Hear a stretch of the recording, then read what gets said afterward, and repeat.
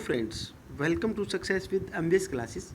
आप सभी दोस्तों का एमबीएस क्लासेस के इस ऑनलाइन प्लेटफॉर्म पर मैं हार्दिक स्वागत करता हूं। हम अभी करने वाले हैं Delhi metro rail corporation limited की। ये मेरे पास आंसर की है। इस आंसर की के अंदर मेरे पास जो ये एग्ज़ाम हुआ था, ये हुआ था 17/2/2020 को ये एग्ज़ाम हुआ था। इस एग्ज़ाम पेपर का मैं पूरा आपको डिटेल वाइज सॉल्यूशन बताने वाला हूँ। एक एक क्वेश्चन को हम विद फ़ोटो के साथ मैं आपको डिटेल बताऊंगा। जितने भी पहले भी मैंने आपको सॉल्यूशन प्रोवाइड करवाए हैं जिस भी क्वेश्चन पेपर के, तो मैंने आपको साथ साथ के अंदर फ़ोटो दिखाते हुए उस क्वेश्चन को क्या मैंने एक्सप्लेन किया है। तो ये जो मेरा तरीका है आपको किस तरह से लगता है, आपके लिए बेनिफिट है या नहीं, आप एक बार कमेंट बॉक्स में सुझाव ज़रूर दें इस बात के ऊपर। इसी तरह से क्या है मैं आगे कंटिन्यू करता रहूँगा और हम जितने भी क्वेश्चन करेंगे डिटेल वाइज ही करेंगे। टाइम चाहे ज़्यादा लगे कोई बात नहीं है, लेकिन मैं जितना भी क्वेश्चन आपको बताऊंगा, जैसे कि मान लीजिए एक क्वेश्चन मैं आपको करवा रहा हूँ, इस एक क्वेश्चन के साथ हमारे पास 5 क्वेश्चंस और होते हैं, ठीक है। तो इसीलिए मैं क्या आपको डिटेल वाइज सॉल्यूशन बता रहा हूँ। ज़रूरी नहीं है हमारे पास एग्ज़ाम के अंदर यही क्वेश्चन पूछा जाए, इसके आसपास के भी क्वेश्चंस पूछे जाते हैं, तो वो भी मैं आपको साथ साथ में बताता रहता हूँ। तो अब हम स्टार्ट करते हैं सबसे पहले नंबर क्वेश्चन से। सबसे फर्स्ट नंबर दे रखा है मेरे सामने, स्क्रीन पे आपको दिखाई दे रहा है। मर्करी वेपर लैंप में निम्नलिखित में से कौन सा प्रभाव लागू होता है। अब मर्करी वेपर लैंप है हमारे पास, जो हमारा ये लैंप होगा, वेपर लैंप जो होगा, इस वेपर लैंप के अंदर हम यूज़ करते हैं, सबसे पहले तो आपको पता होना चाहिए मर्करी यूज़ करते हैं, ठीक है। अब ये जो मर्करी वेपर लैंप है, इसके अंदर जो प्रभाव होता है, जो इफेक्ट होता है, वो सभी को पता है, आयनीकरण इफेक्ट होता है। जो भी इसके अंदर ये मर्करी मेरे पास गैस होगी, इसका क्या होगा, आयनीकरण होता है, और आयनीकरण होने के बाद ही क्या है हमारे पास लाइट उत्पन्न होती है, ठीक है। अब आपको मैं दिखाता हूँ मर्करी वेपर लैंप दिखाई किस तरह से देता है और किस तरह से इसके अंदर मेन जो मेरे एलिमेंट है वो हम चेक करते हैं। तो चलते हैं फ़ोटोज़ के साथ। अब आपको ये फ़ोटो दिखाई दे रही है यहाँ पर, ये जो फ़ोटो है मेरे पास मर्करी वेपर लैंप की फ़ोटो है। इस तरह से हमारे पास मर्करी वेपर लैंप दिखाई देता है, ठीक है दोस्तों। अब मैं आपको इसके डिटेल वाइज थोड़ा सा बताता हूँ इसके बारे में क्या क्या होता है इसके अंदर। जैसे कि हमारे पास ये लैंप है, ये थ्रेड लैंप बोला जाता है, यहाँ पर थ्रेड होती है, ठीक है। थ्रेड लैंप के अंदर क्या है मेरे पास ये ग्लास ट्यूब आपको दिखाई दे रही है, ठीक है। सबसे पहले स्टार्ट करते हैं सोल्डर से। ये हमारे पास क्या होता है, सोल्डर होता है, ठीक है। उसके बाद मेरे पास सपोर्ट फ्रेम होगा, ये आपको दिखाई दे रहा है यहाँ पर, ये मेरे पास होता है सपोर्ट फ्रेम। मैन इलेक्ट्रोड, सबसे पहले आपको इसके बारे में पता होना चाहिए, ये मेरे पास होती है मैन इलेक्ट्रोड, और एक इस साइड मेरे पास इलेक्ट्रोड होती है। इन दोनों के बीच क्या होती है, आर्क उत्पन्न होती है, चिंगारी उत्पन्न होती है। नेक्स्ट मेरे पास क्या दे रखा है यहाँ पर, आगे दे रखा है आर्क ट्यूब। ये मेरे पास जो ट्यूब दिखाई दे रही है आपको, ये जो ट्यूब होती है इसे बोलते हैं आर्क ट्यूब, जिसके अंदर चिंगारी उत्पन्न होती है। आगे मेरे पास है आर्गन प्लस मर्करी, हम इसके अंदर मिलाते हैं।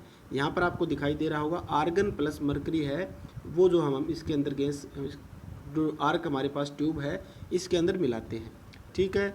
आगे मेरे पास एक नाइट्रोजन जो गैस होगी, नाइट्रोजन जो होगी मेरे पास, वो मैं इसके अंदर मिलाता हूँ नाइट्रोजन गैस। ये जो मेरे पास बाहर का जो कवर है, ये ग्लास का कवर है, इसके अंदर। यहाँ तक आपको ये पता चला। अब मेरे पास और क्या दे रखा है इसके अंदर, सबसे पहले कैप के बारे में पता होना चाहिए। स्टेम, ये आपके पास स्टेम होगी इस तरह से, ठीक है। रजिस्टर, ये मेरे पास क्या है, रजिस्टर लगा रखा है जो कि वोल्टेज ड्रॉप को कंट्रोल में रखता है। स्टार्टिंग इलेक्ट्रोड, ये मेरे पास क्या है, स्टार्टिंग इलेक्ट्रोड होगी, इस तरह से इसके साथ कनेक्ट होगा, कनेक्ट होने के बाद ही स्टार्टिंग होता है ये। फ्लोरोसेंट कोटिंग, यहाँ पर जो कोटिंग कर रखी है हमने वो फ्लोरोसेंट कोटिंग होती है, जो कि आगे हम और पढ़ेंगे डिटेल में। आगे मेरे पास है इसके अंदर वो दे रखा है टॉप, इसके अंदर मेरे पास जो टॉप दे रखा है ये आपको यहाँ पर नाम सही से दिखाई नहीं दे रहा होगा, तो आपको इतने नाम सारे पता होना चाहिए कौन कौन से हमारे पास मेन जो इक्विपमेंट है, मेन जो एलिमेंट है वो यूज़ हो रहे हैं मर्करी वेपर लैंप के अंदर, ठीक है। अब मैं आपको एक और फोटो दिखाता हूँ जिसके अंदर मर्करी वेपर लैंप हम यूज़ करते हैं स्ट्रीट लाइट के अंदर, वो किस तरह से दिखाई देता है।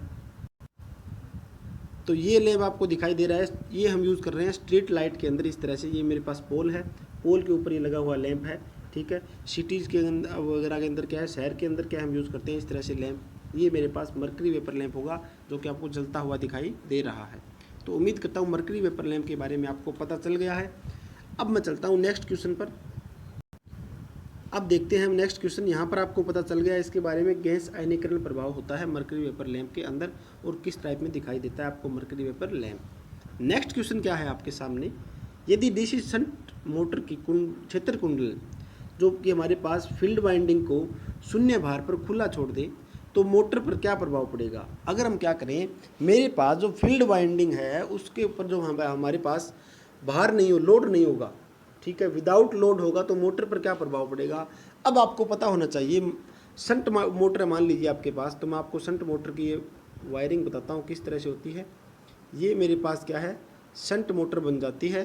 थोड़ा सा दोबारा बनाता हूँ अच्छी तरह से। ये मेरे पास, ये मेरा आर्मेचर हो गया, ठीक है, 2 ब्रश लगा दिए यहाँ पर मैंने, और ये दोनों वाइंडिंग मैंने बाहर निकाल दी। तो ये मेरे पास शंट मोटर है, ये मेरे पास शंट वाइंडिंग है। अब क्या बोला गया है यहाँ पर, मेरे पास भार अगर 0 हो, जो लोड है मेरा, लोड अगर मैं शून्य कर दूँ यहाँ पर तो क्या इफेक्ट पड़ेगा। अब आपको पता होना चाहिए लोड कम हो जाएगा। लोड अगर हमारा कम होगा तो मेरा जो फील्ड करंट होगा वो भी क्या हो जाएगा, कम हो जाएगा। ये बात आपको पता होनी चाहिए। अगर मेरे पास लोड कम होगा तो फील्ड करंट मेरा कम होगा, और अगर मेरा फील्ड करंट जो IF है वो कम होगा तो मेरा जो फ्लक्स होगा वो भी कम हो जाएगा।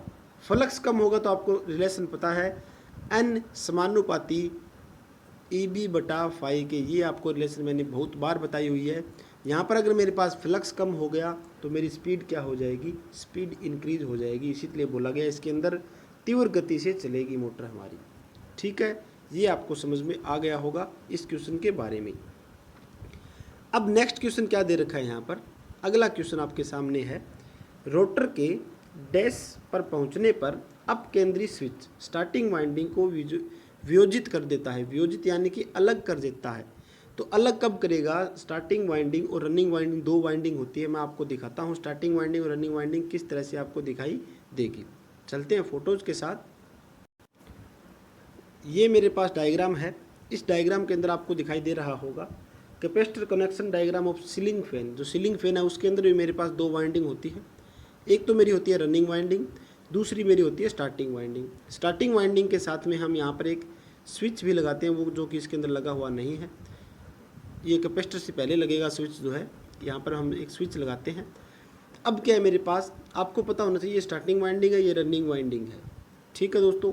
स्टार्टिंग वाइंडिंग के साथ हम कैपेसिटर को जोड़ते हैं, और स्टार्टिंग वाइंडिंग के साथ ही मेरे पास सेंट्रीफ्यूगल जो स्विच है वो जुड़ा हुआ होता है। अब क्या होगा, जब मेरी ये जो रोटर होगा, ये रोटर मेरा 70 से 80% स्पीड पिकअप कर लेगा, पकड़ लेगा, 70 से 80% स्पीड पर चलने लगेगा, तो मेरा ये स्विच होगा सेंट्रीफ्यूगल स्विच, ये अपने आप यहाँ से हट जाएगा और सिर्फ ये मोटर मेरी रनिंग वाइंडिंग के साथ चलती रहेगी। ये इसका फंडा होता है। और इसके अंदर मैं आपको बताना चाहूँगा, जैसे कि ये मेरे पास आपके पास दिखाई दे रहा है, रोटर दिखाई दे रहा है सीलिंग फैन का। सीलिंग फैन का अगर रोटर किसी ने नहीं देखा हो तो ये देखिए अच्छी तरह से। रोटर के अंदर क्या है, मेरे पास 2 वाइंडिंग करते हैं। इसके अंदर मेरे पास एक तो यहाँ पर ये वाइंडिंग हो रही है ऊपर वाले स्लॉट के अंदर, और एक यहाँ पर नीचे वाले स्लॉट के अंदर वाइंडिंग्स होती है। इन वाइंडिंग के अंदर क्या 2 मेरे पास टर्मिनल इस वाइंडिंग से निकलेंगे और 2 टर्मिनल मेरे पास इस वाइंडिंग से निकलेंगे। तभी आपको पता होना चाहिए मेरे पास जो सीलिंग फैन है उसके अंदर जो टर्मिनल निकलते हैं बाहर, 4 टर्मिनल बाहर निकलते हैं। और स्टार्टिंग वाइंडिंग के साथ ही क्या होता है मेरे पास, स्टार्टिंग वाइंडिंग के साथ ही मेरे पास कैपेसिटर जुड़ा हुआ होता है, जो कि आपको अंदर वाली ये दिखाई दे रही है, ये मेरी होती है स्टार्टिंग वाइंडिंग, तो अंदर वाला भाग दिखाई दे रहा है। और मेरी बाहर वाली जो वाइंडिंग है, इसी पे जो मेरे पास फैन काम करेगा, तो ये मेरे पास होती है रनिंग वाइंडिंग। उम्मीद करता हूँ आपको समझ में आ गया होगा। विद डायग्राम मैंने अच्छी तरह से आपको ये क्वेश्चन समझा दिया है। अब चलते हैं अपने क्वेश्चंस पे। तो यहाँ पर मेरे पास जो स्पीड निर्धारित होगी वो होगी लगभग 75 से लेके 80% तक मेरे पास स्पीड होगी। उसके बाद मेरे पास स्टार्टिंग वाइंडिंग अलग हो जाएगी अपकेंद्रित स्विच के द्वारा। ठीक है दोस्तों, नेक्स्ट क्वेश्चन देखते हैं। नेक्स्ट क्वेश्चन क्या दिखाई दे रहा है आपको स्क्रीन पे, एक नियॉन टेस्टर को इसके डैश वोल्टेज द्वारा निर्देशित किया जाता है। अब हमारे पास जो नियॉन टेस्टर होता है, आप नियॉन टेस्टर के बारे में क्या समझते हो, जो कि हर एक इलेक्ट्रिशियन के पास पता होना चाहिए नियॉन टेस्टर के बारे में। नियॉन टेस्टर सभी को पता होता है, लगभग घर के अंदर हम टेस्टर यूज़ करते हैं। जो भी इलेक्ट्रिशियन वगैरह है जो टेस्टर यूज़ करते हैं उसे बोलते हैं नियॉन टेस्टर लैम्प। उसके अंदर मेरे पास किस तरह से दिखाई देता है मैं आपको दिखाता हूँ थोड़ा। ये जो आपको दिखाई दे रहा है ये मेरे पास नियॉन टेस्टर है, ये आपको दिखाई दे रहे हैं। ठीक है, आप सभी जानते होंगे लगभग इसके बारे में।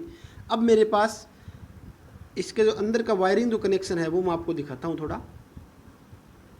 अंदर का जो वायरिंग कनेक्शन होगा इसके अंदर, सबसे पहले मेटालिक, ये मेरे पास बाहर का मेटालिक होगा इसके अंदर।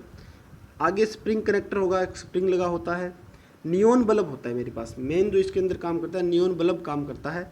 यहाँ पर मेरे पास एक रजिस्टर लगा होगा, प्रतिरोध लगा होगा, और ये जो मेरे पास आगे स्क्रू होगा जो कि स्क्रू ड्राइवर बोलते हैं वो लगा होता है, जिससे हम चेक करते हैं सप्लाई वगैरह, जो कि हम इसके अंदर चेक करते हैं वर्किंग वोल्टेज को, भी हमारे पास जो वोल्टेज है वो वर्किंग है या नहीं, उसको हम मेन चेक करते हैं। तो क्वेश्चन इसी के बारे में पूछा गया है।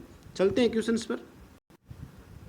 तो ये क्वेश्चन आपको दिखाई दे रहा है, एक नियॉन टेस्टर को इसके वर्किंग वोल्टेज द्वारा निर्देशित किया जाता है। ये बात आपको पता होना चाहिए, ठीक है। मैंने आपको डिटेल वाइज इसके बारे में समझा दिया है। नेक्स्ट क्वेश्चन क्या है मेरे पास, नेक्स्ट क्वेश्चन आपको दिखाई दे रहा है, डैश वाइंडिंग में प्रत्येक स्लॉट में केवल एक कुंडली साइड, वन कॉइल साइड होती है। अब हमारे पास अगर एक कुंडली साइड होगी, मान लीजिए आपके पास कोई एक ये स्लॉट है, ठीक है, मोटर के जैसे हमारे पास स्लॉट होते हैं, मोटर का जैसे हमारे पास ये रोटर है, इसके अंदर अलग अलग मेरे पास स्लॉट कटे होते हैं, इन स्लॉट के अंदर हम वाइंडिंग्स करते हैं। अब मैंने क्या किया, मैंने इनमें से एक स्लॉट उठा लिया। अब इस एक स्लॉट के अंदर अगर एक ही वाइंडिंग करेंगे हम एक ही लेयर के अंदर, तो उसे बोलते हैं वन कॉइल साइड। अगर मेरे पास स्लॉट के अंदर, जैसे कि मान लीजिए ये स्लॉट है मेरे पास, इसके अंदर हम डबल लेयर बना देते हैं, एक वाइंडिंग हम ऊपर करते हैं, एक वाइंडिंग हम नीचे करते हैं, ये क्रॉस मान लिया, क्रॉस मान लिया, ठीक है। अब हमारे पास इसके अंदर दो कॉइल साइड हो गई, एक कॉइल साइड ये है, दूसरी कॉइल साइड ये है, तो इसके अंदर ये होती है हमारे पास डबल लेयर वाइंडिंग। अगर हमारे पास सिंगल लेयर वाइंडिंग होगी, वन कॉइल साइड होगी, तो उसे बोलते हैं सिंगल लेयर वाइंडिंग, जो कि मैंने आपको अभी बताया है। ये मेरे पास होगा, इसके अंदर एक लेयर होगी, एक कॉइल साइड होगी, सिर्फ यही एक वाइंडिंग करेंगे तो उसे बोलते हैं सिंगल लेयर वाइंडिंग, ठीक है। नेक्स्ट क्वेश्चन क्या दिखाई दे रहा है आपको स्क्रीन पे, नेक्स्ट क्वेश्चन दिखाई दे रहा है, 750 वाट 250 वोल्ट दे रखी है, एक आयरन को 90 मिनट की अवधि के लिए इस्तेमाल किया जाता है, इसमें होने वाले ऊर्जा की व्यय की गणना करनी है हमें, कितनी उसके अंदर ऊर्जा खपत होती है वो हमें चेक करनी है। 90 मिनट के लिए चला ये, ठीक है। अब सबसे पहले आपको 90 मिनट है इसको हावर्स में बदलना होगा, तो आप सभी को पता है 90 को हम क्या करेंगे, 60 से हम डिवाइड करेंगे, तो मेरे पास कितना होगा, 3/2 हमारा बन जाएगा। ये हमने इसको डिवाइड कर दिया है 90 को हावर्स के अंदर, ठीक है। अब मेरे पास क्या दे रखा है, इसके अंदर ऊर्जा निकालनी है। डब्लू का फॉर्मूला क्या होता है, सभी को पता होता है डब्लू का फॉर्मूला मेरा क्या रहेगा, P गुना में T। जितनी पावर हमारे पास कितनी है 750, टाइम कितना दे रखा है हमें, 90 मिनट को हमने चेंज कर दिया है 3/2 के अंदर, हावर्स के अंदर। अब मैं इसको अगर कैंसिल करूँगा तो मेरे पास जो बनेगा वो बनेगा 1125 वाट, ये मेरे पास बन रहा है। अगर इसको मैं किलो वाट के अंदर चेंज करूँगा तो हम डिवाइड में करते हैं इसके 1000, अब 1000 डिवाइड में करूँगा तो मेरे पास फर्स्ट ही आंसर सही होगा। उम्मीद करता हूँ ये भी आपको समझ में आ गया है। नेक्स्ट क्वेश्चन क्या दिखाई दे रहा है, चेतावनी साइन जो दे रखे हैं आपको, वार्निंग साइन की पृष्ठभूमि किस रंग की होती है। पृष्ठ जो भूमि होगी चेतावनी साइन की वो किस तरह से आपको दिखाई देगी, तो वो आपको दिखाई देगी पीले रंग की। तो मैं आपको थोड़े से वार्निंग साइंस के बारे में बताता हूँ किस टाइप में दिखाई देते हैं, मैंने आपको पहले ही बताया हुआ है थोड़ा, और मैं आपको डिटेल से बता रहा हूँ। अभी चलते हैं हम फोटोज़ के साथ। यहाँ आपको दिखाई दे रहे हैं कुछ इंपॉर्टेंट आपको साइन दिखाई दे रहे हैं। सबसे पहला मेरे पास है प्रोहिबिशन का। प्रोहिबिशन का मतलब क्या होता है, इसके अंदर प्रोहिबिशन का मतलब होता है आपको ये काम तो करने ही नहीं है। सबसे पहले प्रोहिबिशन का मतलब होगा ये काम आपको करने नहीं है, निषेधात्मक बोलते हैं इसको। और इसके अंदर क्या होगा, हमारे पास जितने भी साइन बनेंगे वो रेड साइन में बनते हैं, ठीक है, रेड कलर में होते हैं मेरे पास। मैंडेटरी का मतलब ये आपको ज़रूर करना होगा, ये काम आपको ज़रूर करने हैं, तो मैंडेटरी वाले साइन बनते हैं सारे हमारे पास ब्लू कलर में बनते हैं। वार्निंग वाले जितने भी साइन बनेंगे वो हमारे पास येलो कलर में बनते हैं, ये बात आपको पता होनी चाहिए। येलो का इसका बैकग्राउंड होगा और जो भी साइन बनेंगे इसके अंदर वो हमारे पास ब्लैक कलर में साइन बनेंगे। आगे क्या है, सेफ कंडीशन के अंदर हमारे पास जो साइन बनते हैं वो हमारे सारे ग्रीन कलर में दिखाई देते हैं। उम्मीद करता हूँ ये साइन आपको पता चल गया। एग्जाम में बहुत बार इस टाइप के क्वेश्चंस पूछे जाते हैं। यहाँ पर हमारे पास ये पूछा गया था कि वार्निंग साइन के अंदर जो हमारे पास पीछे का जो रंग होगा वो कौन सा होगा, येलो कलर में होगा।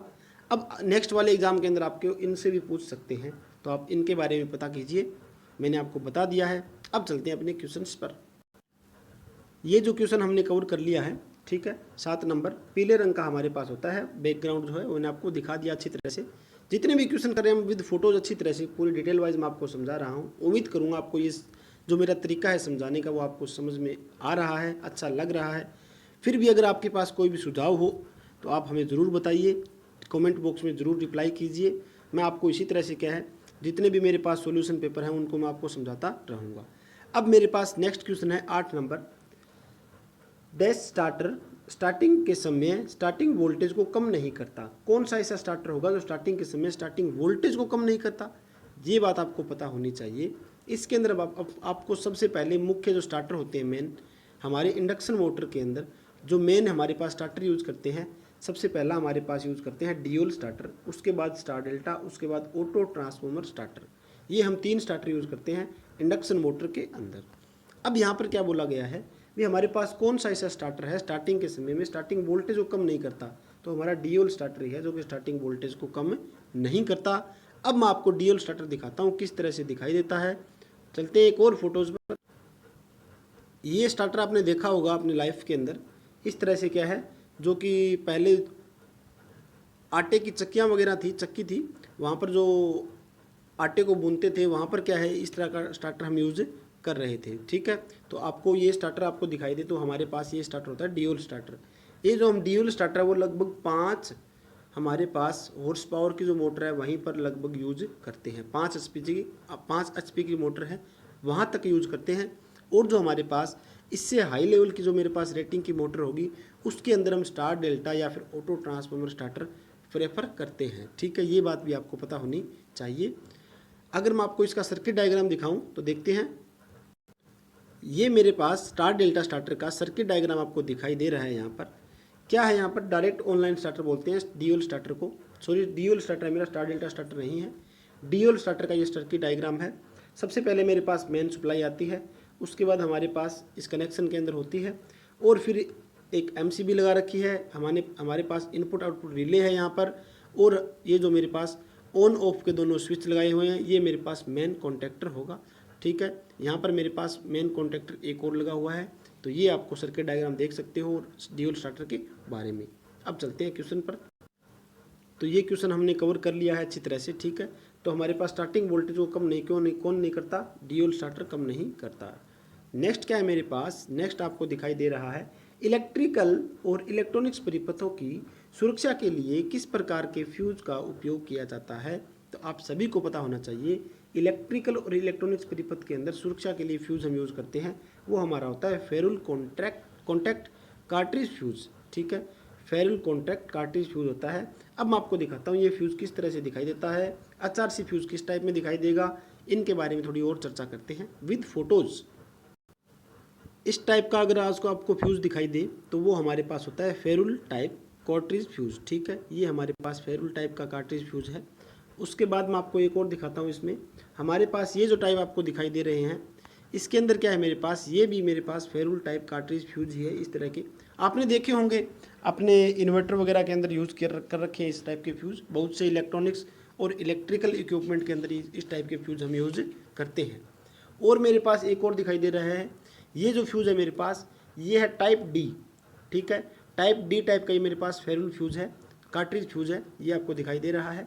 नेक्स्ट मेरे पास अगर इस टाइप की फ्यूज़ की बात करें तो ये मेरे पास होता है HRC fuse, high rapturing capacity जिसे बोलते हैं, HRC फ्यूज़, जो कि हाई वोल्टेज के अंदर यूज़ करते हैं। इसके अंदर 630 एम्पियर तक का ये करंट सहन कर सकता है, ठीक है।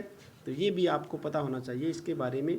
यहाँ पर मेरे पास एक और ये फ्यूज़ दिखाई दे रहा है आपको, जो कि ये LNT कंपनी का है फ्यूज़। इसके अंदर मेरे पास क्या है, इसकी जो रेटिंग है 415 वोल्ट 3 फेज के अंदर यूज़ कर रहे हैं इसको, 48 वाट का लगभग इसके अंदर दिखाई दे रहा है ये फ्यूज़। तो ये भी हमारा HRC फ्यूज़ ही है, ठीक है। तो HRC फ्यूज़ को हम हाई वोल्टेज के अंदर यूज करते हैं। उम्मीद करता हूँ आपको ये समझ में आए हैं फ्यूज़ किस टाइप में दिखाई देते हैं। फोटोज़ के साथ हम जितने भी क्वेश्चन करते हैं आपको समझ में आ रहे होंगे, और ये मुझे लग रहा है आपको तरीका जो मैं करवा रहा हूँ आपको अच्छा भी लग रहा होगा। आप अपना सुझाव कमेंट बॉक्स में ज़रूर बताएं, ठीक है। अब चलते हैं अपने नेक्स्ट क्वेश्चन पर। नेक्स्ट क्वेश्चन क्या दिखाई दे रहा है आपको, 10 नंबर क्वेश्चन आपको दिखाई दे रहे हैं यहाँ पर। डैश कहता है कि प्रत्येक बंद परिपथ में वोल्टेज ड्रॉप का योग, वोल्टेज ड्रॉप यानी कि V बराबर IR, इनका जो योग होगा किसी भी सर्किट के अंदर लगाए गए टर्मिनल वोल्टेज को के बराबर होगा। तो ये मेरे पास किस में होता है, ये सभी को पता है, किरचॉफ्स के दूसरे नियम के अनुसार होता है, KCL के अनुसार होता है, KVL के अनुसार होता है। और KCL जो आप सभी को पता है, KCL हमारा किरचॉफ्स करंट लॉ है। किरचॉफ्स करंट लॉ क्या बोलता है, आने वाली धाराओं और जाने वाली धाराओं का जो बीजीय योग होता है उसे हम बोलते हैं KCL। ठीक है दोस्तों, नेक्स्ट क्वेश्चन और देखते हैं हम। मेरे पास क्या दे रखा है next question, lead acid battery में सल्फेशन का क्या कारण होता है। सल्फेशन मैंने आपको पहले भी बताया था, विद फोटोज मैंने आपको दिखाई थी सल्फेशन की। सल्फेशन किस तरह का दिखाई देता है बैटरीज के ऊपर। बैटरीज जो हमारी है, मान लीजिए हमारे पास बैटरी है, ये हमारे बैटरी के 2 पॉइंट है, प्लस और माइनस। ठीक है, अब यहाँ पर जो प्लस और माइनस के थ्रू क्या है, यहाँ पर पास पास में कुछ परत सी बन जाती है, तो उसे बोलते हैं सल्फेशन। ठीक है, अब सल्फेशन हमारा क्यों होता है, कारण क्या पूछा गया यहाँ पर। अगर हम इनकम्प्लीट चार्जिंग करेंगे, बैटरी को हम सही से चार्जिंग नहीं करते, तो हमारे पास ये सल्फेशन का कारण बनता है। ठीक है, तो ये बात आपको पता होनी चाहिए सल्फेशन के बारे में। नेक्स्ट क्वेश्चन क्या दे रखा है, निम्नलिखित मशीनों में से उपयोग लकड़ी के रंधे वृत्ताकार आरी MG सेट में किया जाता है। तो हमारे पास कौन सी ऐसी मशीन होगी, उनको इन तीनों के अंदर यूज़ करते हैं। अब आपको पता होना चाहिए इन तीनों के अंदर हमें क्या चाहिए, इन तीनों के अंदर हमें चाहिए कांस्टेंट स्पीड, स्थिर स्पीड होनी चाहिए हमारी। अगर हमारी स्थिर स्पीड होगी तभी ये MG सेट वगैरह क्या है सही तरह से काम करेंगे।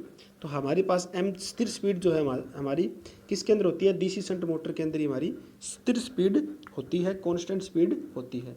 ठीक है दोस्तों, नेक्स्ट क्वेश्चन क्या दिखाई दे रहा है, एक सिंगल फेज AC मोटर में को सब परिवर्तित सेल्फ स्टार्टिंग बनाने के लिए डैश को मुख्य वाइंडिंग से जोड़ा जाता है। अब हमारे पास जो सेल्फ स्टार्टिंग बनाने के लिए मुख्य वाइंडिंग यानी कि मेन वाइंडिंग से हम कौन सी वाइंडिंग जोड़ते हैं, ऑक्सिलरी वाइंडिंग। ऑक्सिलरी वाइंडिंग को हम बोलते हैं स्टार्टिंग वाइंडिंग। ये भी आपको मैंने दिखाया था, अभी एक बार और दिखाता हूँ किस तरह से दिखाई देती है। चलते हैं फोटोज़ पर। तो ये आपको दिखाई दे रही है फोटो, इसके अंदर क्या मेरे पास एक स्टार्टिंग वाइंडिंग है, एक मेरे पास रनिंग वाइंडिंग होती है। स्टार्टिंग वाइंडिंग को हम बोलते हैं ऑक्सिलरी वाइंडिंग। ठीक है, ये भी आपको पता होना चाहिए। अब हमारे पास स्टार्टिंग वाइंडिंग के साथ में हम जोड़ते हैं रनिंग वाइंडिंग, ये आपस में जुड़ी होती है।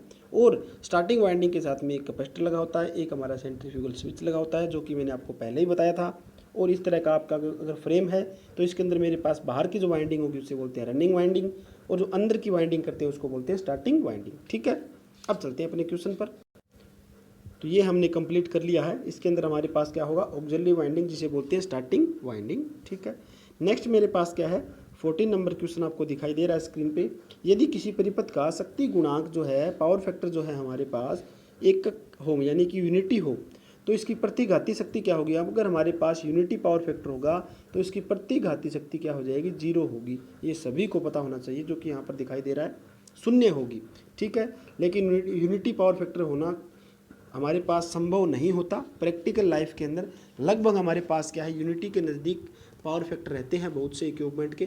जैसे कि हमारे पास एक, मैंने आपको बताऊंगा मैं, हमारे पास एक बल्ब होता है इनकैंडेसेंट लैंप। इनकैंडेसेंट लैंप, इस लैंप का जो हमारे पास पावर फैक्टर होगा, इस लैंप का पावर फैक्टर लगभग यूनिटी के नज़दीक ही माना जाता है, और कई बुक्स के अंदर तो यूनिटी ही दिया हुआ है। ठीक है, तो ये भी एग्जाम के अंदर क्वेश्चन पूछा जाता है। नेक्स्ट मेरे पास क्या है, नेक्स्ट है क्वेश्चन, एक स्टेपर मोटर मूलतः एक डैश होती है। स्टेपर मोटर जो है हमारे पास कौन सी मोटर होती है, ये हमारे पास तुल्यकाली यानी कि इसे बोलते हैं सिंक्रोनस ही मोटर होती है। स्टेपर जो मोटर होगी हमारी सिंक्रोनस मोटर ही होती है, इसी का टाइप होता है स्टेपर मोटर। अब मैं आपको दिखाता हूँ स्टेपर मोटर किस तरह की मोटर दिखाई देती है। इस टाइप की अगर आपको छोटी सी कोई मोटर दिखाई दे तो वो हमारी कौन सी होती है, स्टेपर मोटर होती है, जो कि हम यूज़ कहाँ करते हैं। इसकी जो बहुत सी एप्लीकेशन होती है, अलग अलग टाइप की एप्लीकेशंस है, इनको यूज़ करते हैं हम। हमारे पास ये स्टेपर मोटर दिखाई दे रही है, सिक्योरिटी कैमराज के अंदर यूज़ करते हैं, प्रिंटर फ्लक्स के अंदर करते हैं, हेल्थ केयर जो हमारे पास होते हैं उनके अंदर, ATM मशीन के अंदर भी स्टेपर ही मोटर होती है हमारी। आगे अलग अलग हमारे पास और सिस्टम दे रखे हैं, रोबोटिक सिस्टम के अंदर भी हम स्टेपर मोटर यूज़ करते हैं, स्कैनर के अंदर भी स्टेपर मोटर यूज़ करते हैं। एक और नाम आप इसके अंदर ऐड कर सकते हो, वॉच के अंदर, घड़ी के अंदर जो हम यूज़ करते हैं स्टेपर मोटर ही लगा सकते हैं। ठीक है, तो ये आपको स्टेपर मोटर के बारे में पता चला है। तो हमारी स्टेपर मोटर जो है एक हमारी कौन सी मोटर होगी, तुल्यकालिक मोटर कही जाती है। अब मेरे पास जो नेक्स्ट क्वेश्चन है वो आपको स्क्रीन पे दिखाई दे रहा है 16 नंबर। इनमें से किससे बचाने के लिए भू संपर्कन की आवश्यकता होती है। अब हम अर्थिंग क्यों करते हैं, सभी को पता होता है अर्थिंग बिजली के झटके के खतरे से बचाने के लिए हम करते हैं अर्थिंग। ठीक है, इसको ज़्यादा एक्सप्लेन नहीं करेंगे, बिल्कुल ईजी क्वेश्चन है। सोल्डरिंग की रिकंडीशन करने के लिए उसमें कौन से प्रकार का पदार्थ मिलाया जाता है। सोल्डरिंग है हमारे पास, उसको रिकंडीशन करने के लिए, जोड़ने के लिए हम क्या करते हैं, हम टिन मिलाते हैं। ये बात आपको पता होनी चाहिए। सोल्डरिंग के अंदर हमारे पास एक तो लेड यूज करते हैं, एक हम यूज़ कर रहे हैं टिन। ठीक है, लेड और टिन हम यूज़ करते हैं सोल्डरिंग के अंदर। तो ये मैंने आपको बता दिया। नेक्स्ट मेरे पास क्या है, जब 3 फेज भार पर फेज अनुक्रम उल्ट जाता है। ठीक है, जो मेरे पास फेज अनुक्रम है उसको मैं उल्ट दूं तो तब क्या होगा मेरे पास, जैसे कि मेरे पास क्या है RYB, ये मेरा फेज अनुक्रम है RYB। मैंने इसको क्या है चेंज कर दिया, यहाँ पर R कर दिया, यहाँ पर B है और यहाँ पर मैंने लगा दिया Y का। अब मैंने Y और B को मैंने चेंज कर दिया, फेज अनुक्रम में इसका मैंने उल्ट दिया है। तो मेरे पास क्या कंडीशन होगी इसके अंदर, फेज धाराओं का कला कोण जो होता है मेरे पास, फेज एंगल होगा, उनमें परिवर्तन होगा, लेकिन परिमाण मेरे पास सेम रहेगा। ठीक है, परिमाण मेरा चेंज नहीं होता है, ये बात आपको पता होनी चाहिए। और हम अगर फेज अनुक्रम उल्ट देते हैं, एक कंडीशन और बनती है हमारे पास, जो रोटर की घूमने की जो डायरेक्शन है वो भी हम चेंज कर सकते हैं, किससे, फेज अनुक्रम को उल्टने से। ठीक है, तो ये क्वेश्चन आपको समझ में आ गया होगा। नेक्स्ट क्वेश्चन क्या दिखाई दे रहा है, डायनेमो प्रकार के माप यंत्रों, जो हमारे पास डायनेमो टाइप इंस्ट्रूमेंट का उपयोग किस में करते हैं, सभी को पता होता है।